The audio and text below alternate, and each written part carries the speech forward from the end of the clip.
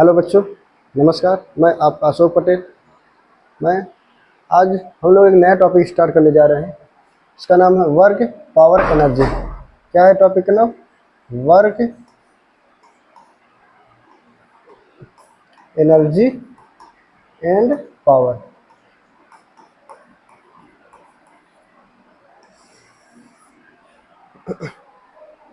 तो बेसिकली आज हम लोग वर्क के बारे में पढ़ेंगे। ठीक, वर्क क्या होता है, कैसे डिफाइन होता है, ठीक, इसका मैथमेटिकल एक्सप्रेशन क्या है, इसके एक दो एग्जांपल करेंगे। ठीक, तो हम लोग पहले आप लोग बताते हैं वर्क क्या होता है। देखो, हम डेली लाइफ में जो जो भी चीज़ें देखते हैं, जैसे मान लो आप पढ़ाई कर रहे हैं, ठीक, ये भी क्या हो, ये भी एक प्रकार का वर्क होता है। ठीक, जैसे मम्मी खाना बनाती हैं, ठीक, ये भी एक प्रकार का वर्क हो गया। ठीक, पापा ऑफिस जाते हैं, ठीक, ऑफिस से घर आते हैं, वो भी क्या है, एक प्रकार का वर्क हो गया। ठीक ना।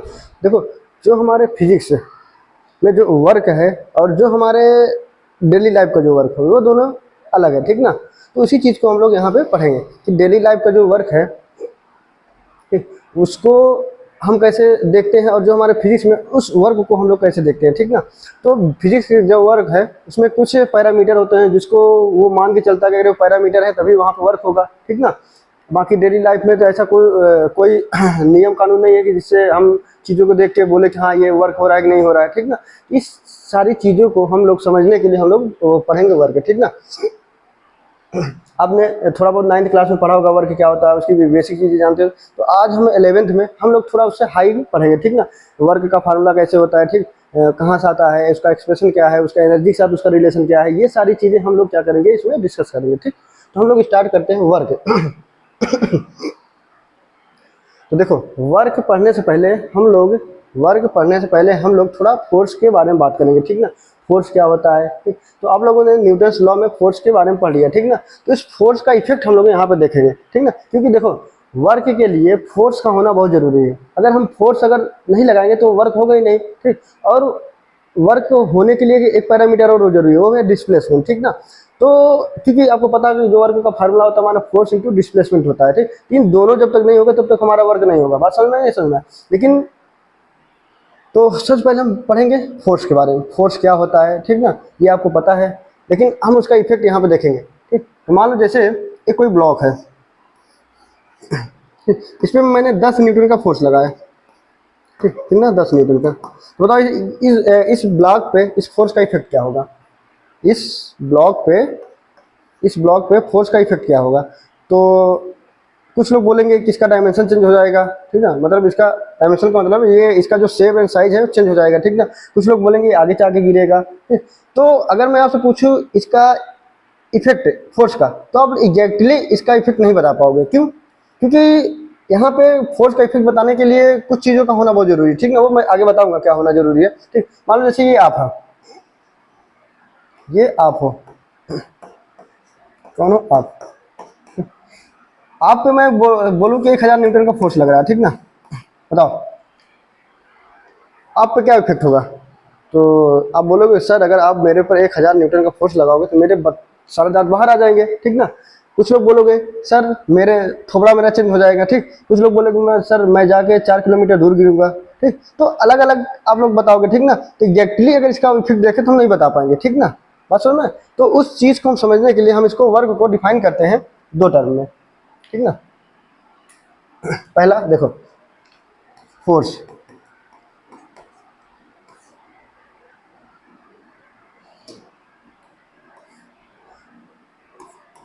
हाउ लॉन्ग, ठीक, कितना समय तक लगा। ठीक, कितना समय तक लगा, हाउ लॉन्ग मतलब यहाँ पे टाइम। अगर हम टाइम के साथ बात करें, ठीक ना, फोर्स को अगर हम टाइम के साथ देखें तो फोर्स इंटू डेल्टा टी, ये हमें बताएगा चेंज इन मोमेंटम। क्या बताएगा? Change in momentum. बात सुनना, क्या बताएगा? चेंज इन मोमेंटम बताएगा। अगर हम यहीं पे हाउ फॉर, ठीक ना, हाउ फॉर का मतलब कितना दूर तक, कितना दूर तक। ठीक, कितना दूर तक मतलब यहाँ पे बात कर रहा है डिस्टेंस की। ठीक ना। तो अगर हम फोर्स को डिस्टेंस के साथ, किसके डिस्टेंस के साथ कैलकुलेट करेंगे तो वहाँ पे हमारा आएगा वर्क डन। क्या आएगा बच्चों? वर्क डन, ठीक है। और हमें पता है कि जो वर्क होता है, वर्क जो होता है वो होता है चेंज इन काइनेटिक एनर्जी, ठीक। ये जो है ये रिलेशन हम आगे भी पढ़ेंगे वर्क एनर्जी थ्योरम में, ठीक ना। ये क्या है, वर्क एनर्जी थ्योरम में हम लोग इस चीज़ पढ़ेंगे।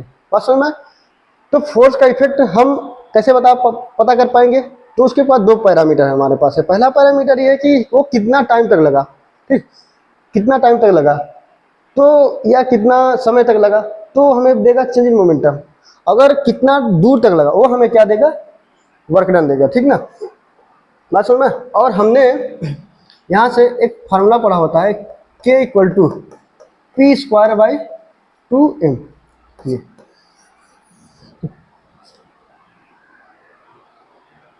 ये हमने पढ़ा है, ठीक। आगे पढ़ेंगे, अगर आप लोग नहीं पढ़ा होगा तो आगे हम लोग इस रिलेशन को हम लोग डिराइव करेंगे, ठीक ना। देखो अब अगर मैं आपसे बोलूँ, देखो आप ये फोर्स एंड टाइम का ग्राफ दिया है, क्या फोर्स एंड टाइम का ग्राफ दिया, ठीक ना। ये तो अगर मैं आपसे बोलूँ इसका एरिया बताओ क्या बताएगा, तो area of force into time, ठीक ना, का जो ग्राफ होगा बच्चों वो हमें बताएगा चेंज इन मोमेंटम। क्या बताएगा, चेंज इन मोमेंटम बताएगा, ठीक ना।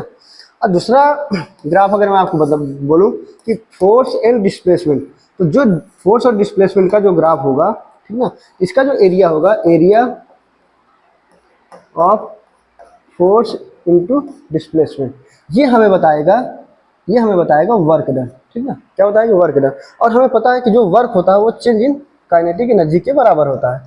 बोलो इतनी बात समझ में आई, किसके बराबर होता है, वर्क जो होता है चेंज इन काइनेटिक एनर्जी के बराबर होता है। बात समझ में। अब देखो बच्चों, अब इसमें क्वेश्चन कैसे पूछता है, ठीक। देखो कभी कभी क्या होता है कि कोई भी एग्जाम हो, ठीक ना, कोई भी हो, किसी भी एग्जाम में हो, कभी कभी क्या होता है कि इधर ये ग्राफ दे देगा, ठीक ना, फोर्स और टाइम का ग्राफ दे देगा, बोलेगा कि आप ये बताओ वर्क डन बताओ कितना होगा, वर्क डन कितना होगा। तो अब तो बच्चा देख के घबरा जाता कि यार फोर्स दिया है, टाइम दिया है, वर्क डन कैसे निकाले। तो आपको घबराना नहीं, ठीक ना। देखो आप क्या काम करोगे, इस फोर्स से इसका एरिया निकालोगे, और इसका एरिया क्या बताएगा, हमें चेंज इन मोमेंटम बताएगा। और हमें पता है कि जो मोमेंटम होता है वो क्या बताता है, वो हम यहाँ पर मोमेंटम रखेंगे तो यहाँ से हमारा काइनेटिक एनर्जी आ जाएगा, और काइनेटिक एनर्जी क्या होता है, हमारा वर्क डन हो जाएगा। यहाँ से हम क्या निकालेंगे, वर्क डन निकालेंगे। बात समझ में। कभी कभी फोर्स और डिस्प्लेसमेंट का ग्राफ दिया होता है, पूछता है कि मोमेंटम, तो आप लोग क्या करोगे, इसका क्या निकालोगे, एरिया निकालोगे, ठीक, क्या निकालोगे, इसका एरिया निकालोगे, और इसका एरिया हमें क्या बताएगा, चेंज इन काइनेटिक एनर्जी। क्या बताएगा, चेंज इन काइनेटिक एनर्जी बताएगा। बात समझ में। तो अब देखो जब हमारा यहाँ से वर्क डन आ जाएगा तो चेंज इन काइनेटिक एनर्जी आ जाएगा, और काइनेटिक एनर्जी आएगा तो हमारा मोमेंटम आ गया। सिंपल सी बात है, हम इस फार्मूले पर रख के हम निकाल सकते हैं आराम से, ठीक। बोलो इतनी बात समझ में आई। तो ये हमने क्या निकाला अभी, फोर्स का इफेक्ट, ठीक ना।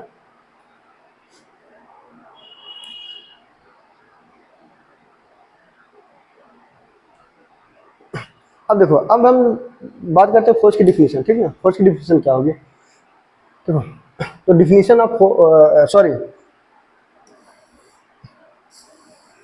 फोर्स की डिफिनीशन है, वर्क की डिफिनीशन क्या होती है, उस चीज को हम लोग देखें। देखो वर्क क्या होता है, तो लिखोगे when a body is displace under the effect on a force is called work, ठीक, इज कॉल्ड वर्क डन होगा यहाँ पे, वर्क डन।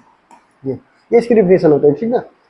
अब देखो अब फोर्स को हम लोग क्या लिख सकते हैं, W बराबर लिखेंगे F डॉट एस, मतलब यहाँ पर डॉट नहीं लिखेंगे, इसको बोलेंगे वर्क बराबर होगा force into displacement cos theta, ठीक ना। कॉस एंगल क्या है, देखो ये एंगल किसके किसके बीच का है, तो हम लिखेंगे angle between force and displacement, ठीक। ये तो थीटा है वो angle between force and displacement का, ठीक ना। अब हमें पता है कि जहाँ पे कॉस आता है वहाँ पे डॉट प्रोडक्ट लिखते हैं, ठीक ना। क्या लिखते हैं, डॉट प्रोडक्ट। तो यहाँ पे हमारा क्या मिल जाएगा, F vector into S vector, मतलब इसको डॉट प्रोडक्ट बोलेंगे, तो यहाँ डॉट लगाएंगे तो हमारा ये आ जाएगा वर्क डन, ठीक ना। जो वर्क डन होता है ये हमारा स्केलर होता है, क्या होता है, स्केलर होता है, ठीक ना। अब यहाँ पे हम वर्क की एक डिफिनीशन और लिख सकते हैं, क्या, मैं बता रहा हूँ आपको सिंपल डिफिनीशन। क्या लिख सकते हैं, देखो कलर थोड़ा चेंज कर ले, ये कलर पे, ठीक ना। देखो यहाँ पर हम लिख सकते हैं स्केलर प्रोडक्ट या कहीं कहीं लिखा है तो डॉट प्रोडक्ट, ठीक है, ऐसे भी लिख सकते हैं डॉट प्रोडक्ट, कोई दिक्कत नहीं, चाहे स्केलर प्रोडक्ट चाहे डॉट प्रोडक्ट लिखो, ये दोनों बराबर ही है, ठीक ना। डॉट प्रोडक्ट या स्केलर प्रोडक्ट ऑफ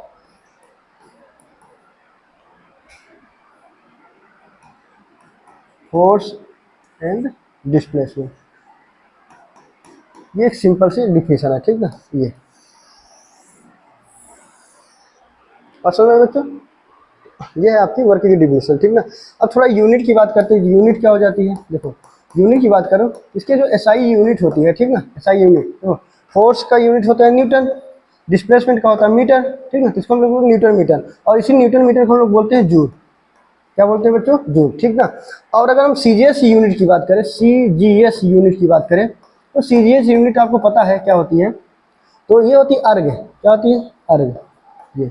और अगर हम अर्ग और जूल में रिलेशन निकालें, अर्ग और जूल में रिलेशन निकालें, तो 1 जूल इक्वल टू होता है 10⁷ अर्ग, ये, ठीक है, ये रिलेशन होता है, इसको आप लोग याद रखो। हाँ, इसमें एक चीज़ और पूछता है, डायमेंशन, ठीक, क्या पूछता है इसका, डायमेंशन। तो अगर हम डायमेंशन की बात करें, डायमेंशन, ठीक, तो वह देखो वर्ग होता है, कैसे निकालोगे, वर्क डन बराबर होता है फोर्स इंटू डिस्प्लेसमेंट, ठीक ना। और हमें पता है फोर्स का जो डायमेंशन होता है m/L(T-2) इंटू एल का सॉरी एस का होता है एल, ठीक ना। और देखो इसका मल्टीप्लाई हो जाएगा, तो आप लिखोगे m/L(T-2), ये आपका क्या आ जाएगा, वर्क का डायमेंशन, ठीक है। तो कभी कभी पूछ लेते हैं, तो आप लोग इसको भी याद रखोगे, बात समझ में आए। चलो आगे चलते हैं।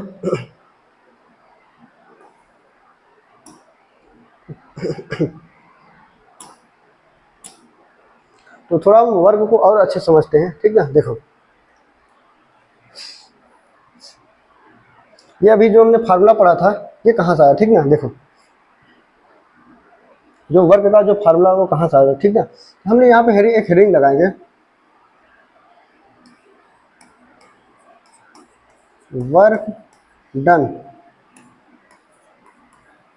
बाय कांस्टेंट फोर्स, ठीक है। देखो आपको मैं एकदम बेसिक से मैं बता रहा हूँ, एकदम बेसिक से वर्क आया कहाँ से, ठीक ना, ठीक, उसको हम लोग आपको बताएंगे वर्क आया कहाँ से, मैं एकदम बेसिक से मैं आपको बता रहा हूँ, समझ लो, ठीक। देखो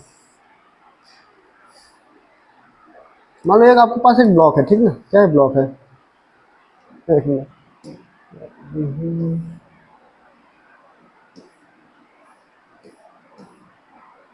ठीक, चलो ये आपके पास एक ब्लॉक है, ठीक। इसमें अगर मान लो मैं एक फोर्स लगा रहा हूँ, क्या लगा रहा हूँ बच्चों, फोर्स लगा रहा हूँ, ठीक, एक इसका मास कुछ दिया, ठीक ना, और इसको मैंने स्मूथ सरफेस पे रखा हुआ, किस पे, स्मूथ सरफेस पे, स्मूथ सरफेस है, ठीक ना। स्मूथ सरफेस का मतलब होता है μ=0, ठीक, क्या होता है बेटो बच्चों, μ=0, ठीक ना।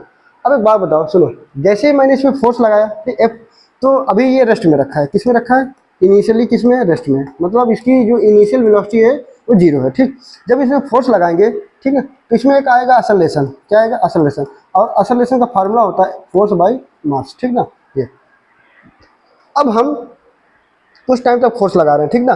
तो अब एक बात बताओ, जब इसमें फोर्स लगाई तो आगे जाएगा, तो मान लेते हैं कि इसका जो यहाँ से यहाँ तक जो डिस्प्लेसमेंट हुआ, डी हुआ, कितना डिस्प्लेसमेंट हुआ, या फिर मान लो एस डिस्प्लेसमेंट हुआ, ठीक ना, ये एक्स बराबर एस डिस्टेंस पे आ गया, ठीक ना।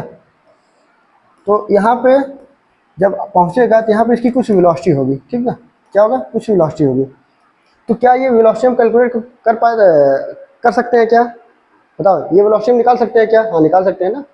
तो कैसे निकालोगे, तो देखो इसको हम निकालने के लिए हम लोग क्या काम करेंगे, इक्वेशन ऑफ मोशन लगाएंगे, ठीक ना। इक्वेशन ऑफ मोशन आपने पढ़ा होगा, 3 इक्वेशन ऑफ मोशन पढ़ा होगा, ठीक ना, वो मैं आपको बता दे रहा, देखो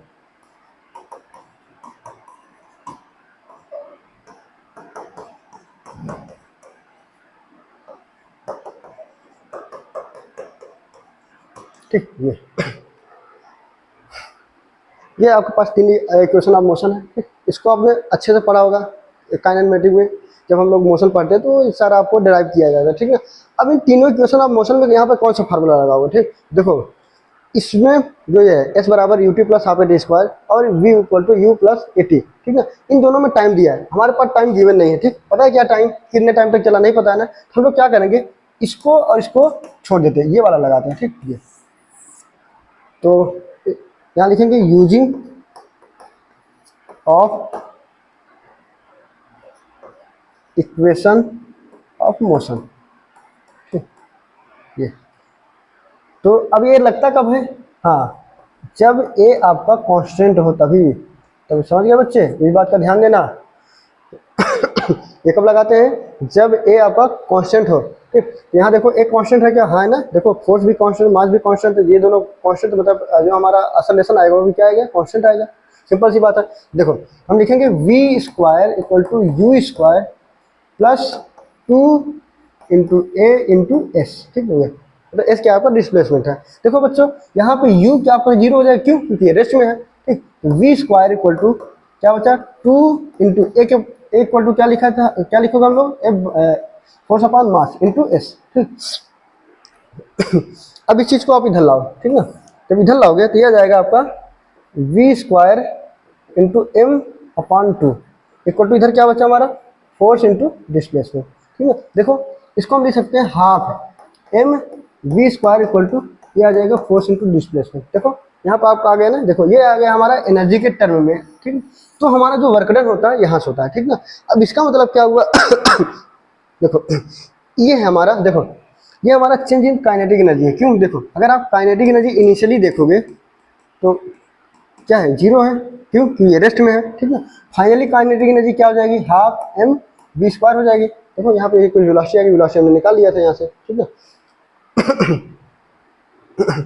अब देखो ये जो लिखा है आपका, लिखा है चेंज इन काइनेटिक एनर्जी, और ये जो आपका लिखा है ये, इसको हम लोग बोलते हैं work done by a constant force. समझ में बच्चों, ये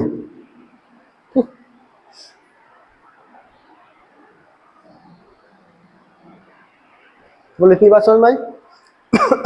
तो हमारा वर्क डन ऐसे हवा में उड़ के नहीं आया। ठीक ना, यहाँ से मैंने ड्राइव किया। ठीक ना, एनर्जी के फॉर्म में।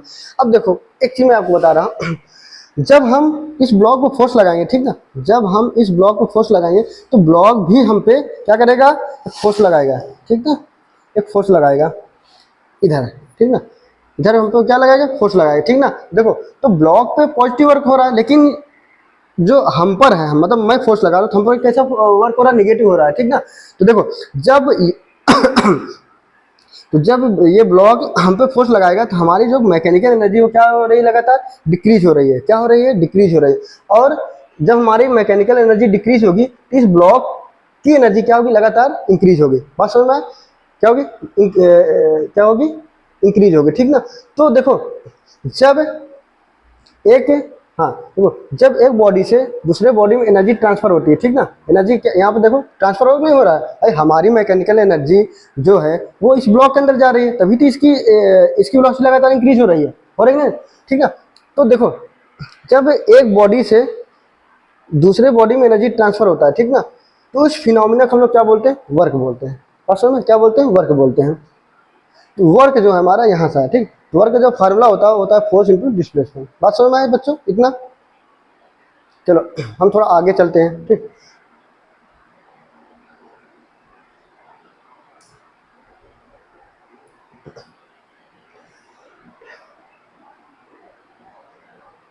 ठीक, अब देखो इसका फार्मूला क्या है, हम कैसे लिखते हैं, देखो वर्क बराबर फोर्स इंटू डिस्प्लेसमेंट। ठीक है, तो इसको लिखते हैं एफ कॉस थीटा। ठीक, ये फार्मूला कहाँ से है वो मैं आपको बता रहा हूँ। ठीक है,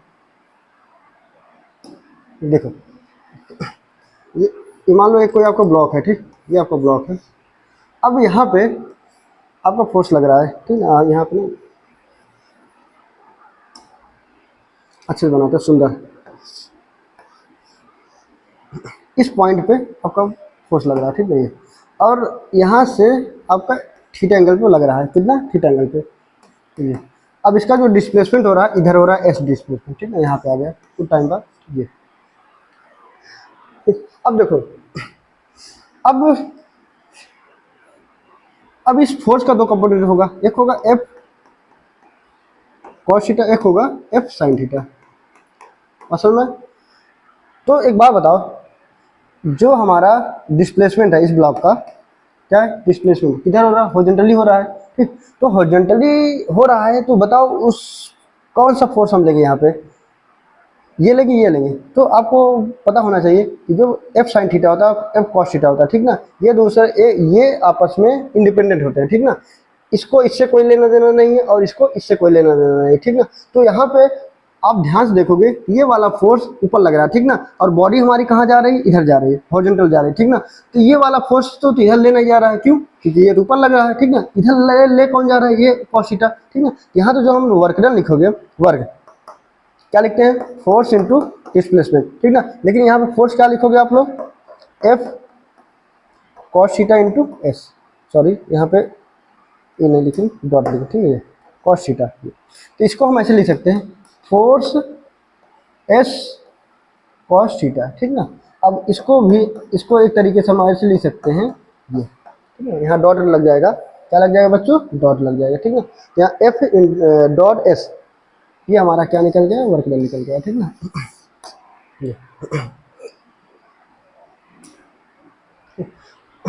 देखो तो हमारा फार्मूला क्या निकल गया, ये वर्क बराबर क्या निकल गया, force into S cos theta, ठीक ना। अब इसमें एक बात और आपको ध्यान रखना है, क्या रखना है, तो यहाँ पे जो डिस्प्लेसमेंट होता है किसी बॉडी का, ठीक ना, डिस्प्लेसमेंट कौन सा होता है, देखो तो जो हम डिस्प्लेसमेंट लेते हैं वो कौन सा लेते हैं, जहाँ पे फोर्स लगता है उस पॉइंट का डिस्प्लेसमेंट लेते हैं। असल में जैसे आपको एक एग्जांपल बता रहे हैं, मान लीजिए आपका कोई ब्लॉक है मास में, ठीक ना, ऐसे फोर्स यहाँ पे लग रहा है, ठीक ना, यहाँ पे, और ये बॉडी का डिस्प्लेसमेंट इधर हुआ, ठीक ना। तो अब एक बात बताओ, आप डिस्प्लेसमेंट किसका लोगे, इस पूरे बॉडी का लोगे कि इस पॉइंट का लोगे, ठीक, तो किसका लोगे, तो बच्चों देखो इस पूरे हम ब्लॉक का नहीं लेते, इस पॉइंट का लेते हैं, ठीक ना। ये तो इसके बीच का जो डिस्प्लेसमेंट हो रहा है आएगा उसको हम लोग लेंगे, ठीक ना। मान लो यहाँ पर जो फोर्स आपका एफ लग रहा था, ठीक ना, तो यहाँ पर अगर हम वर्क डन लिखेंगे, वर्क डन ये अगर मान लो आपका थीटा है, ठीक, तो आपका इधर बन जाएगा एफ कॉस थीटा, ठीक। तो यहाँ पर आप लिखोगे F cos theta into s, ठीक, इसको हम लिख सकते हैं एफ एस कॉस थीटा, ठीक। तो यहाँ पे आपको कौन सा डिस्प्लेसमेंट लेना है, पूरे बॉडी का लेना है, उस पॉइंट का लेना है, तो उस पॉइंट का लेना है जहाँ पे फोर्स लगता है, ठीक ना। तो वही मैंने लिखा displacement of point of application of force, ठीक। ये स्केलर होता है, डिपेंड्स अपॉन फ्रेम, ठीक। ये वर्क जो होता है हमारा फ्रेम पे डिपेंड करता है, ठीक, किस पे डिपेंड करता है, फ्रेम पे। अब ये कैसे फ्रेम पे डिपेंड करता है वो चीज़ मैं आपको बता रहा हूँ, ठीक है। देखो यहाँ पे मान लो जैसे ये लिफ्ट है, क्या है, लिफ्ट है, ठीक। अब लिफ्ट में एक आदमी बैठा हुआ है, ठीक, ये, ठीक, और यहाँ पे मैंने ब्लॉक रखा है, ठीक, ये ब्लॉक रखा है जिसका मास है, और ये लिफ्ट ऊपर जा रही है, ठीक, कहाँ जा रही है, ऊपर जा रही है, ठीक ना।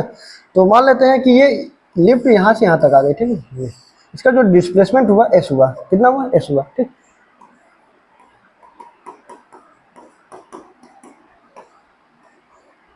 ठीक, अब एक बात बताओ बच्चों, देखो इसमें एक लगेगा नीचे फोर्स लगेगा, अर्थ एम जी लगाएगा, और एक फोर्स ऊपर लगेगी जिसको हम लोग बोलते हैं नॉर्मल फोर्स, ठीक ना। अब एक बात बताओ बच्चों, इस ब्लॉक को ऊपर कौन ले जा रहा है, भाई मान लो जैसे एक हमारे पास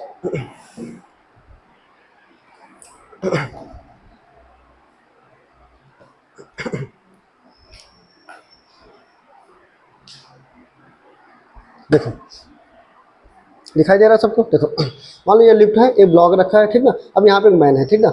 अब ये लिफ्ट, देखो ध्यान देखना, ये लिफ्ट क्या है, स्लो स्लो ऊपर जा रही है, ऊपर जा रही है, ठीक ना।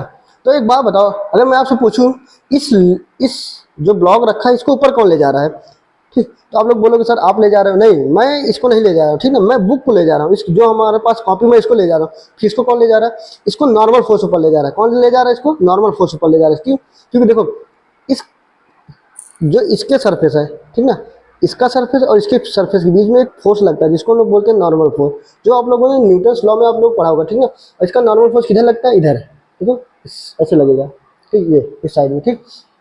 तो अगर मैं आपसे अगर कोई बोले तो बताओ इस ब्लॉक को कौन ऊपर ले जा रहा है, तो इस ब्लॉक को एक नॉर्मल फोर्स लग रहा है। नॉर्मल फोर्स कौन लगा रहा है, ये इसका सरफेस लगा रहा है, ठीक ना, जो जिसपे ये रखा हुआ उसका ये सरफेस, मतलब उस जिसपे ये रखा हुआ उसका सरफेस इस पे लगा रहा है, ठीक ना। तो जब जैसे जैसे मैं इसको ऊपर ले जाऊंगा तो वैसे वैसे ये ब्लॉक